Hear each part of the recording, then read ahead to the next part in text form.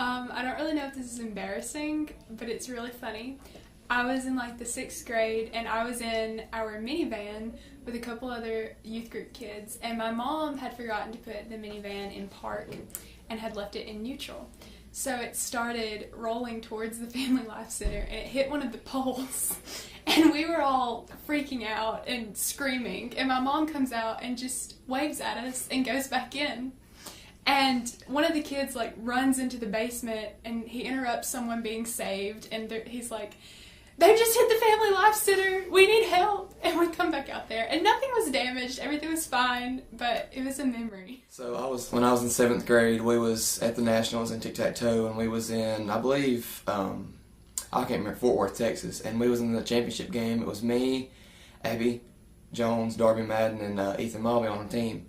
And we had the board, we done won the first game, and all we had to do was win one more, and we're on the last question.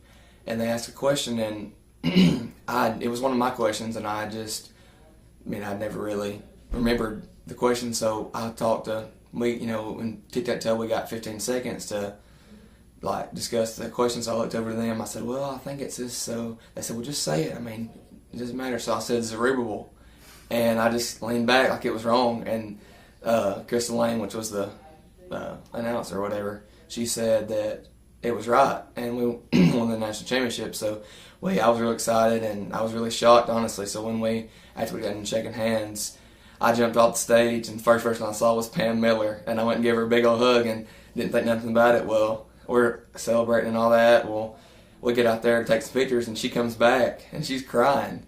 And she said that when I hugged her, I had hugged her so hard that I knocked her jaw out of place, and she had to go to the bathroom to knock her jaw back into place. She literally had to punch her jaw to put it back into place.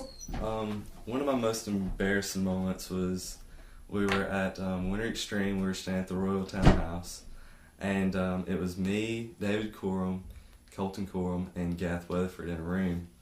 And Colton had went to the bathroom, and then Gath had went in after him, and Gath flushed the toilet, and then it started overflowing, and so we started running around the whole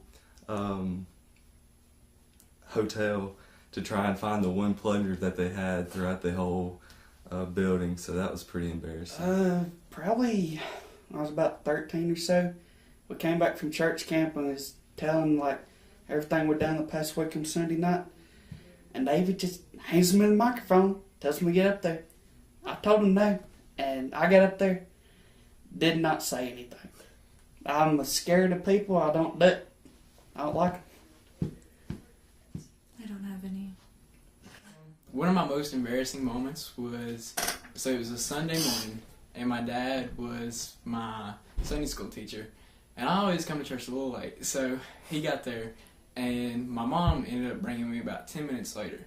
And so first off, let me just say that I always sat in the same seat at Sunday school, and that morning my dad had made cinnamon rolls, so they were all just in there eating on cinnamon rolls, and I walk in, and Colton, he's sitting in my seat in the corner, and I was like, "Colton," I was like, "That's my seat, you're going to get up." And he's like, "I'm not getting up." So I was just on one that morning, so I just went clear across the table, speared him out of the chair, and then my dad pulled me off of him, and dragged me out of the church by the collar of my shirt. And so that was most embarrassing, probably because there was people in the hallway. Adam Hester was standing there, and I'm just teary-eyed, and my dad's just pulling me out. So that was definitely the most embarrassing thing. 2 years ago at Winter Extreme, when Colton pushed me off the bed and my foot went through the wall.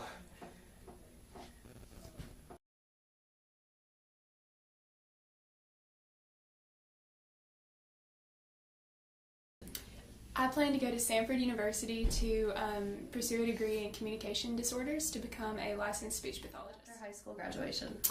I'm going to attend Northwest Shoals for the first 2 years to get my basics, and then I plan to transfer to UNA to get my bachelor's degree in education. My plans after graduation is to go to Northwest Shoals Community College for my first 2 years, and then transfer to get my doctorate in physical therapy. Work during the summer, go to college in fall, and hopefully become a agri-science teacher. Going to UNA to pursue a degree in nursing, and then eventually hope I hope to get a doctorate in nursing, some kind of nursing field. Hopefully go to college. I mean, yeah, I am going to college, but first year's prerequisites, then nursing program it is, and from there on, hopefully. Join the Air Force Reserves.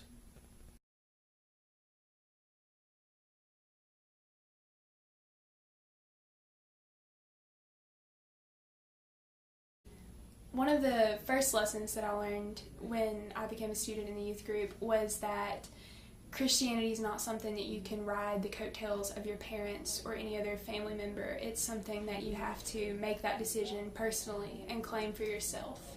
And it's not something that you can just halfway do. You have to be all in for Christ. Something that I've learned throughout all these years is, that it doesn't matter if you've had a bad day or a bad week.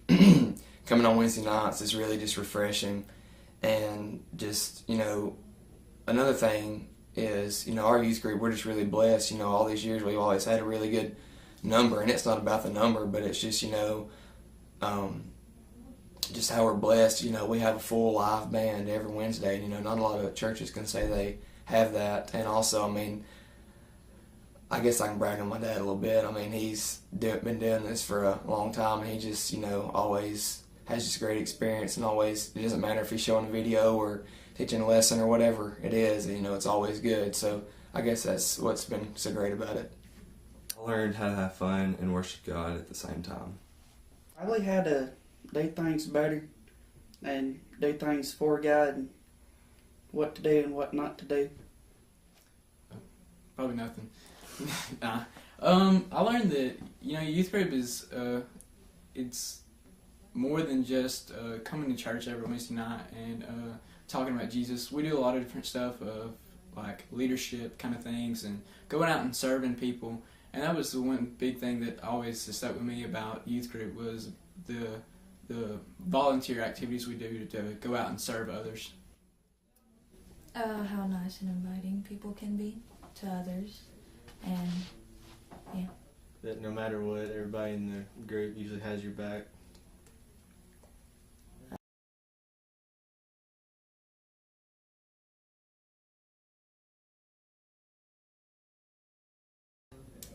I actually have a group of people that have really impacted me, and it's the 60-plus ladies, the more mature age group of the church ladies, and just seeing them and seeing how classy and how modest they are. They just have such a servant heart, and that's something that I've always really admired.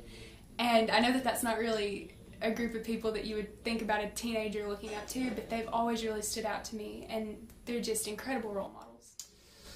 Well, this is, out of the 5 questions, this was definitely the hardest one.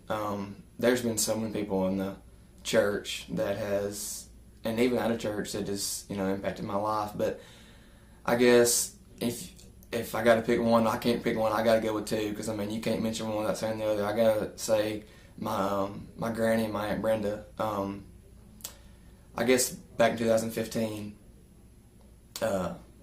they had won some tickets to, I guess, to the Hoppers. They were in, I think, Aniana, Alabama anyways, and I said, well, I guess I'll go. Well, so it was them 2, and then they had one more, so I called Cody Madden, and I asked him if he wanted to go. So we went, and, I'd never really listened to Southern Gospel. I always just, country, contemporary, all the other stuff. Well, we went, and I just was blown away by just the music and just loved it, and just, how great they were. Well, I started getting to know them, and I just started, anyways, we started going to a bunch of different singings. We'd go to anywhere when the Hoppers or anyone came around close that we liked. Within 2 or 3 hours, we would go, and then just, I guess that throughout all these years, just how they've put God first, and they're always at church, and it doesn't matter what it is, they're always going to be there, and just I'm just so thankful that they asked me to go, because now me and the guys singing in our group was just been a life changing, and I'm just glad. It wouldn't have ever been possible without them 2. So I guess that would definitely be my 2 people that's impacted me. Adam Seahorn has really impacted me. When I'm having a low in my life, then he's always been there to help me get through it. Brother David, he's always been there for me, no matter what happens. The person that it's impacted me the most would be Cody Madden. He's probably the realest person that I know, and he's always there for you. And he's taught me that, you know, no matter what you go through, that you know, God's always there for you, and you just got to keep fighting. So I would say that Cody Madden, because he's definitely the realest person I know. David. Adam Seahorn.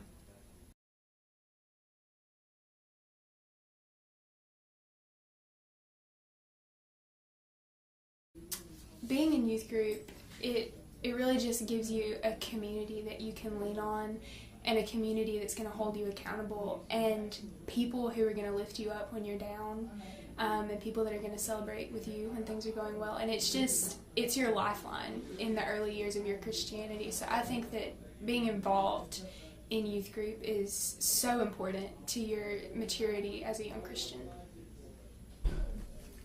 It's very important to be involved in youth group. Just the fact that, you know, the relationships you build, and just I will certainly never forget them. I mean, it's just, you know, people, you know, not all the people in your youth group you're gonna talk to on a daily basis, and but, you know, when you come together and do the things, you know, you always, you know, you build the relationships, and and that's just one of the things. And another thing is just all the community service acts and setting up different things for the church. That's just another thing that's been just great about the youth group, and I'll just never forget it. You're having a low time in your life, or during your week, when you're having a bad day or a bad week or whatever, you can come to Wednesday night. It's kind of like a boost or a generation. It's super important, just having the people there, being there for you, and just being a part of church, and just doing everything with them and learning more about God. Been one of the biggest impacts in my life, because each week, you know, it doesn't matter how I'm feeling throughout the week. When I come to church on Wednesday nights, you know, it's just like a boost of energy, a boost of confidence, and it's definitely what I look forward to every week. And it's youth group it's a family. We're always there for each other, and you can talk to anyone you need to, any time of the day, any time of the week. I guess staying focused a lot. It deals with that. Like when you go to the youth group a lot, I mean, everybody's focused on one thing, so you don't have time to be distracted and think about other things. So it keeps you focused a lot. It keeps you on the right path, and you develop a stronger relationship with God.